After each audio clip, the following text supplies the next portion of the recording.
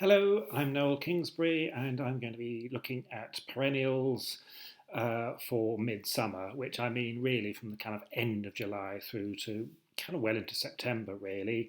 A time of year when, in fact, people have always complained there are not so many perennials. There's a big rush in early summer and then a lot more coming on in late summer, but midsummer, for a variety of reasons, is a little bit on the green side. And one of the reasons for this is that a lot of the climates where perennials come from are actually pretty hot in midsummer, not necessarily dry, but pretty hot. Which is not so great for pollinators, it's not so great for plant growth, and so there tends to be a certain amount of flowering beginning as things begin to cool down towards the end of August or into September.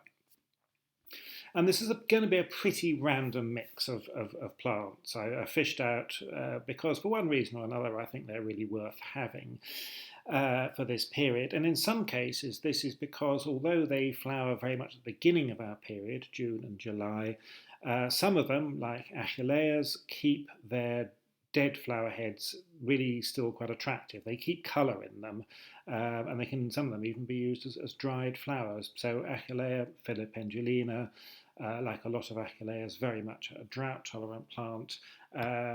Got good attractive seed heads, and as I said, those flower heads can continue to look quite good for some time after it's actually finished flowering.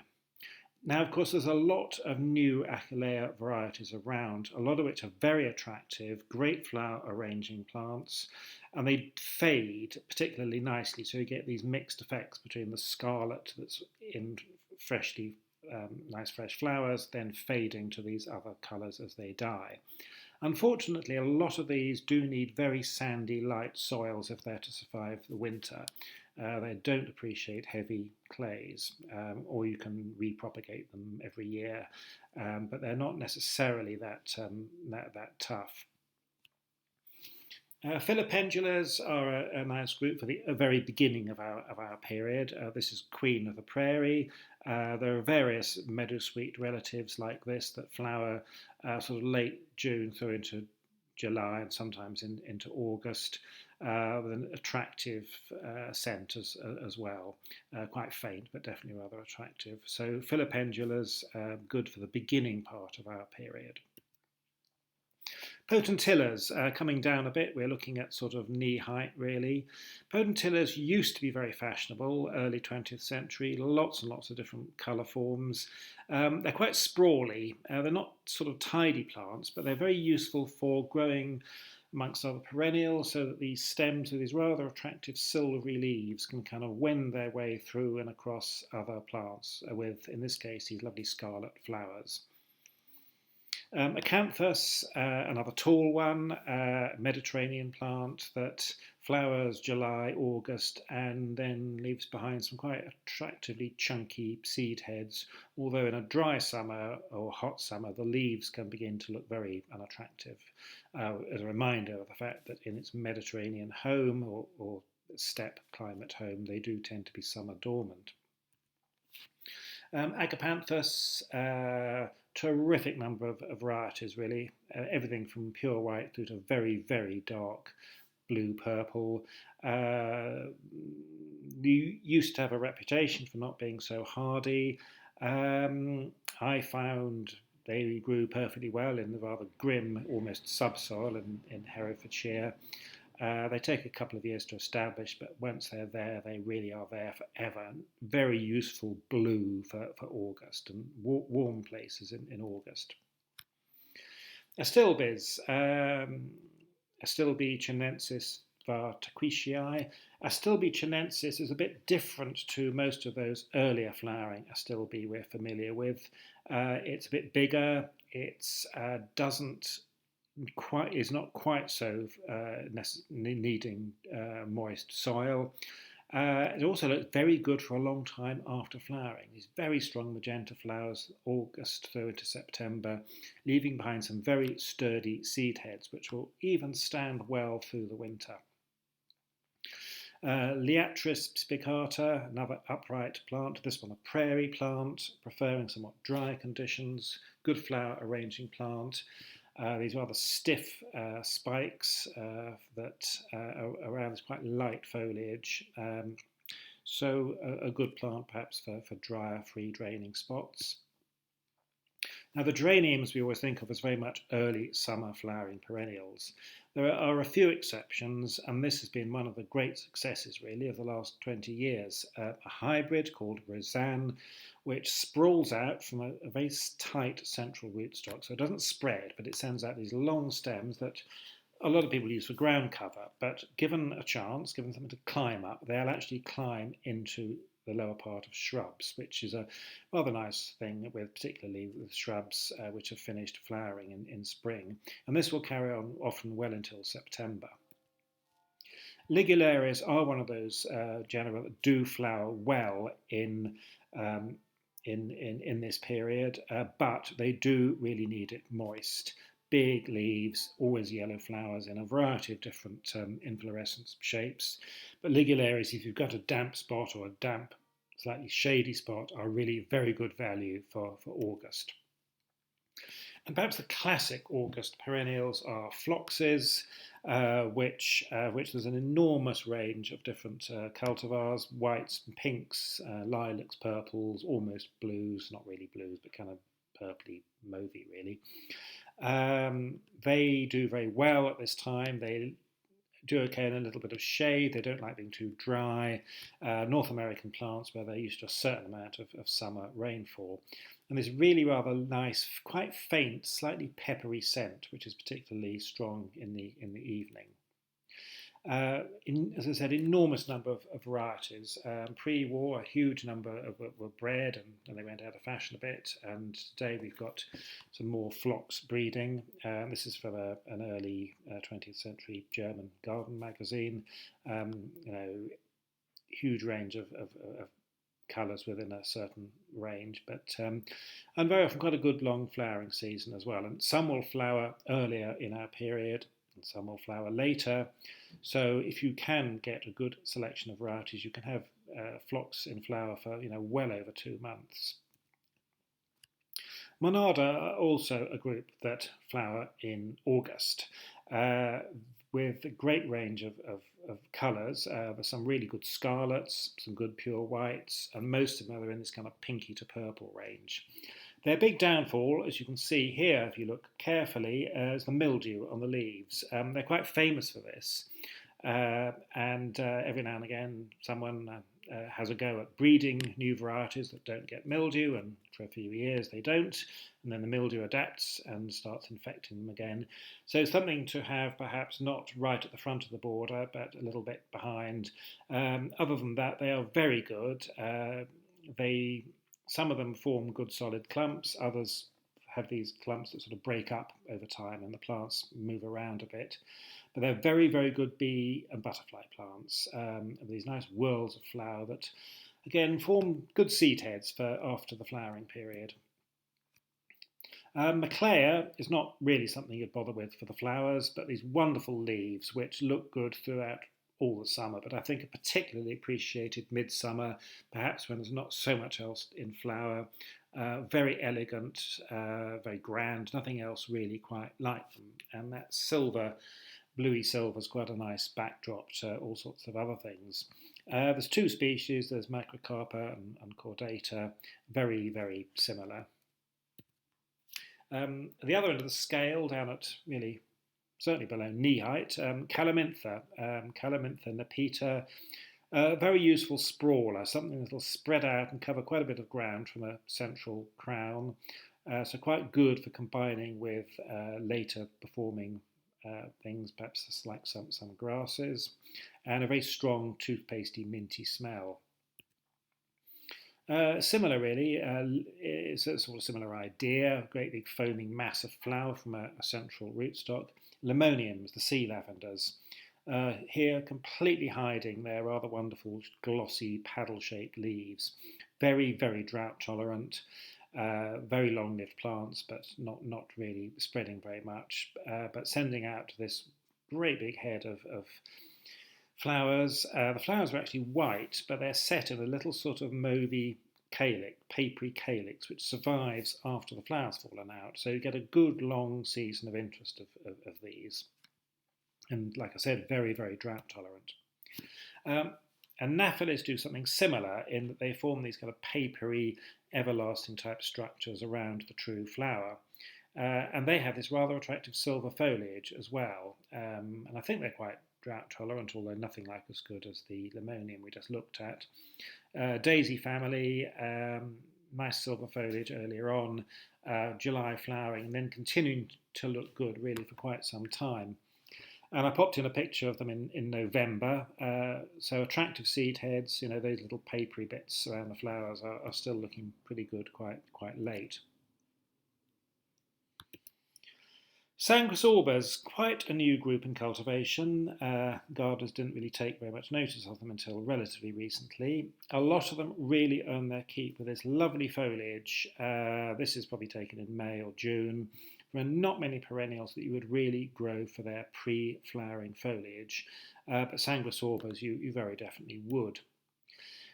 We grow them mostly, though, for their flowers, which are these, in many cases, well, with this species, which is a very common species across northern Europe in wet places, these very hard little dark red baubles, not at all a conventional flower, something that perhaps looks best really in conjunction with other things. But they are rather lovely over this nice foliage. They last for a good long time, except that a lot of them do fall over. There's lots of different varieties now. There's dark red ones, pink ones, ones of different lengths, white ones. This one, however, does stand up really well. And Dutch nurseryman Koen Janssen, who's got a good sense of humour, decided to call it a stand-up comedian because it does exactly that, although the flowers themselves are rather attractively pendant. And this has got really rather nice, elegant, fine foliage as well. Another group for flowering now are the Asiatic monkszoods. The European ones are May, June flowering. The Asian ones very much August into September, and some wonderful blues. And Aconitum japonicum is a particularly vigorous plant, up to 2 metres, great big heads of these magnificent dark blue flowers. And above quite nice divided foliage, and very much a kind of woodland edge light shade plant. Similar situation also suits Campanula latifolia, which is sort of July, early August flowering. Generally bluey purple, like the one on the left. Gloaming is a cultivar that's that very much paler, which really stands out rather lovely, particularly in its sort of evening light in a slightly shaded situation. And again, keeping in light shade, Kiringoshoma palmata used to be something of a plantsman's plant, a bit expensive, a bit slow to establish. See a lot more of it now. It is slow, but once it's established, it is there forever, forming a very solid, slowly expanding clump. It's from the Far East, so it likes preferably a little bit of summer rainfall, doesn't like being too dry. We grow it basically, I think, for the leaves, these very stately leaves, a bit like maple leaves, good for woodland edge situations. And then it has these rather waxy, pale yellow flowers during August, and something that makes a very sort of quite a strong statement in the border for slowly expanding clumps over a good many years. So Kiringoshoma palmata, something we're seeing quite a lot more of now, including in some public plantings, because it's such a good, durable landscape plant. Gentians are known for these intense blue flowers, and we tend to think of them as alpine plants. The willow gentian, Gentiana asclepiada, is very much a plant of the woodlands and meadows of the lower slopes of the Alps. But it does well anywhere where the soil is reasonably moist and fertile, and it does quite well in clay. The plants do take a few years to establish. After that, they're very long-lived, and they can be absolutely magnificent in flower, with many, many bunches of these fantastic blue flowers cascading out. It's one of those plants that likes cool conditions, so it does very well in northern Europe. I have seen this growing to over a metre in Scotland. One of those things that does fabulously well in a Scottish climate, uh, and but worth growing anywhere that doesn't get too hot and where it can be left undisturbed for many years. I've been talking about perennials, but clematis are often a very good companion to perennials. Clematis viticella is a group of clematis that flower quite late, mid to late summer, often with these rather rich colours, and they're quite good for letting run over shrubs. Big shrubs that are spring flowering and are looking rather boring really for the rest of the summer, just great big blob of green, can look so much better with a nice colourful clematis climbing up them. But you do need to balance your clematis and your shrub, otherwise the clematis may just get a little bit too vigorous and smother the shrub. But if you can get that balance right, it's a really nice combination that you can do. Possibly you need to be a bit harder than usual on your clematis pruning to make sure that it doesn't overwhelm the shrub. But in principle, something to really worth trying out.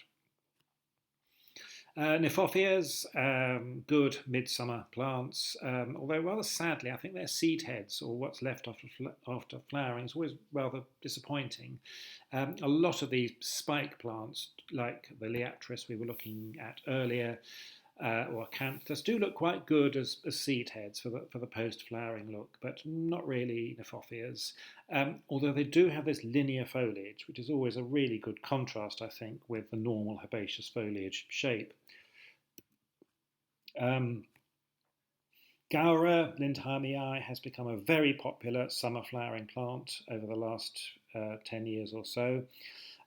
Very long flowering season, extremely heat tolerant. However, a lot of people lose it over the winter. And it's not so much that it's not hardy, is that it does need a hot summer.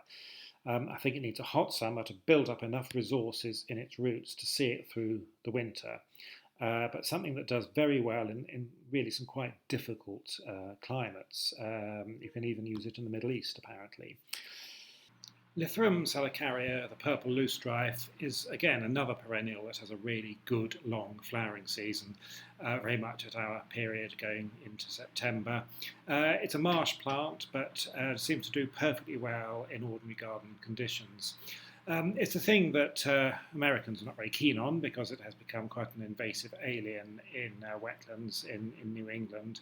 But in Northern Europe, its natural home, you just get the occasional little spike of pinky purple in a marshland, and it can seed quite a lot, but it really only on damp soils.